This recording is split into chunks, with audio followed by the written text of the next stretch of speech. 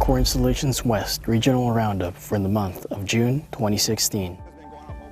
On June 1st, the Security and Emergency Services Battalion and the Camp-Pendleton Police Department participated in the 2016 Law Enforcement Torch Run in support of the Special Olympics. Marines received the Special Olympics torch from the Oceanside Police Department at the main gate and ran it 17 miles across base before handing it off to the Orange County Sheriff's Department in San Clemente.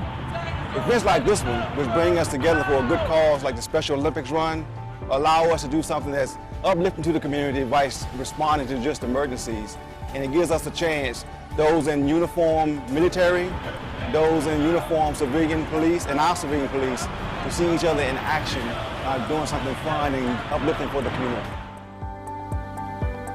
On June 3rd, Camp Pendleton hosts the 2016 world-famous mud run at Lake O'Neill. The race was part of the Commanding General's Cup, covering 6.2 miles and included a number of obstacles. Real motivating. Want more mud.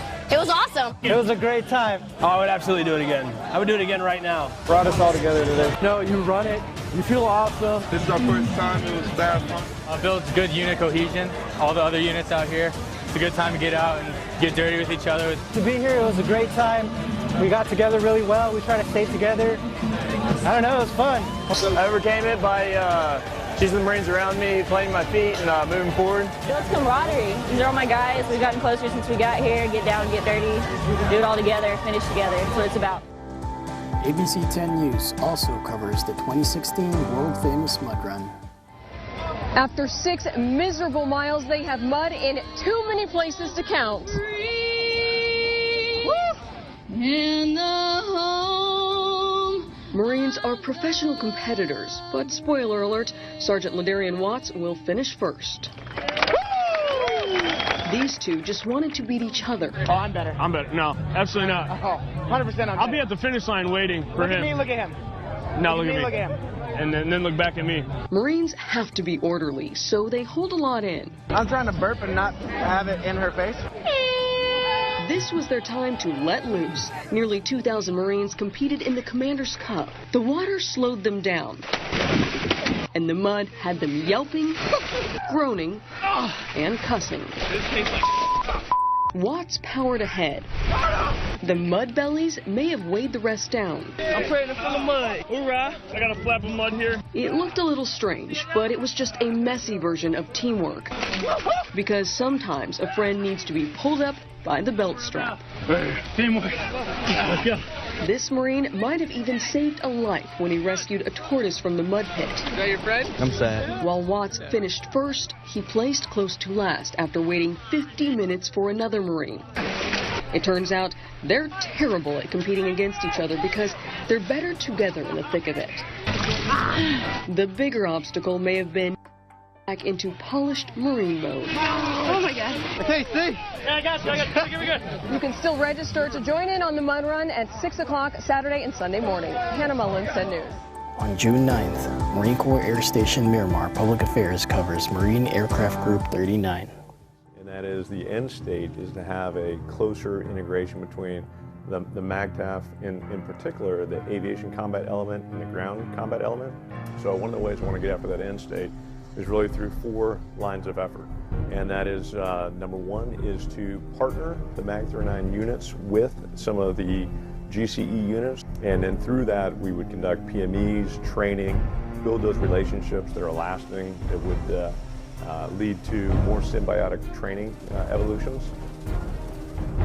The second line of effort would be what I'm calling the Aviator Immersion Program. So what I'll do is take the pilots and I'll put them with normally a battalion for 45 to 60 days to get a better appreciation for what the ground combat element is doing.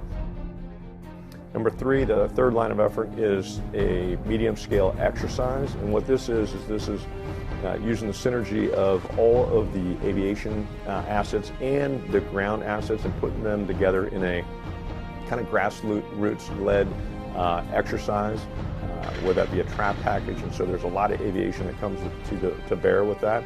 In addition to that, we want to have the ground combat element. Because we play this with with role-playing, pretend ground elements, so we want to have actually real elements. And then the fourth is the simulation. So we've linked the simulators between Miramar, Yuma, and Camp Pendleton. We bring in ground combat element Marines. We have JTACs that come in, fire support coordination centers. We have the full MACUS, command and control system.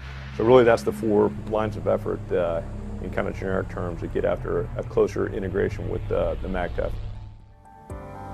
On June 11th, Marine Corps Air Station Miramar, aircraft rescue and firefighting conduct controlled burns. You have a primary and a secondary team that are the primary personnel for fighting the fire.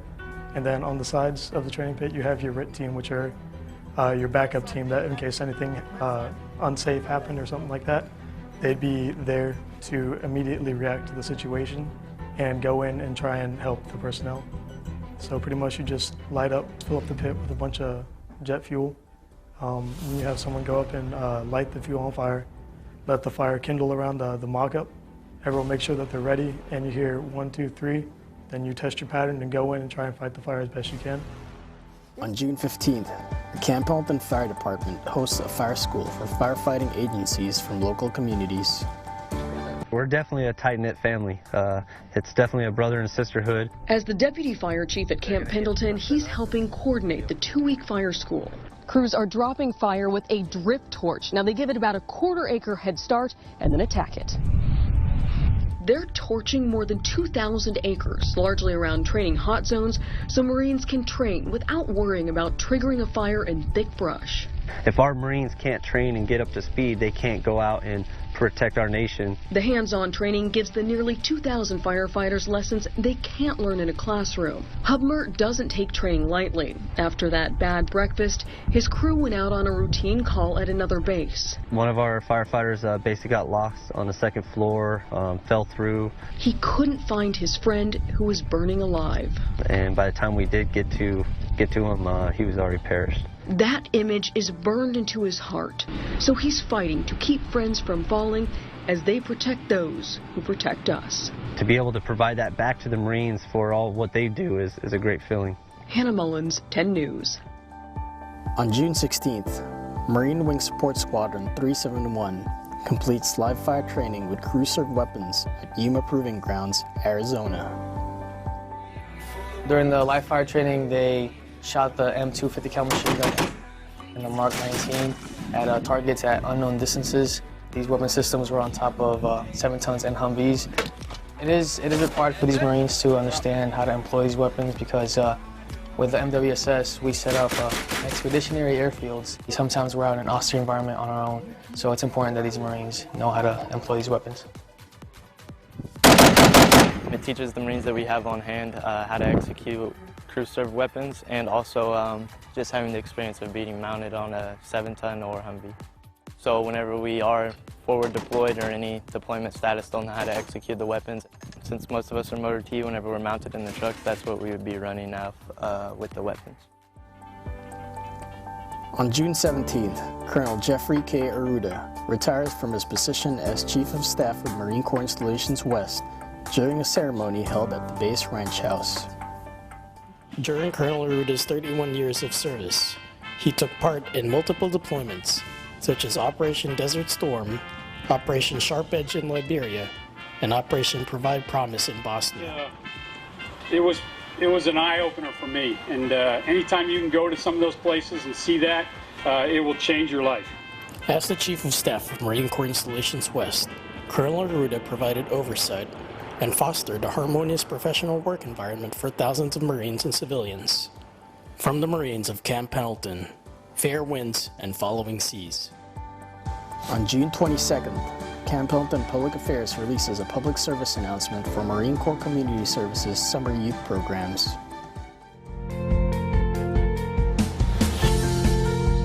For our school-age children ages 6 to 12, we provide a summer camp program where we take them on field trips, we provide them with cognitive activities. Some of the field trips that we are going on will be some in the community, some outside the community, so that the children get to be exposed to a diverse population of people. ages 13 and up. We're doing a Geek Squad, which is where Best Buy comes in, and they spend 2 days with our children, giving them some computer skills. We talk about cyberbullying. They get to do some Lego robotic activity. On June 23rd, Marine Corps Logistics Base Barstow highlights receiving the 2016 Commander-in-Chief's Annual Award for Installation Excellence. The award, announced May 10 by U.S. Secretary of Defense Ash Carter's office, named MCLB Barstow as the best in the entire Marine Corps and one of the 5 best installations in the United States military. On June 24th, Camp-Pendleton Public Affairs releases a public service announcement for Camp-Pendleton's Armed Services YMCA Youth Summer Camps. And, I think the greatest thing that these camps provide is the children get to be with other children their age, other military-age children, other families that can get together, and they create that bond. That now they have another friend in the neighborhood, another child that they maybe didn't know before.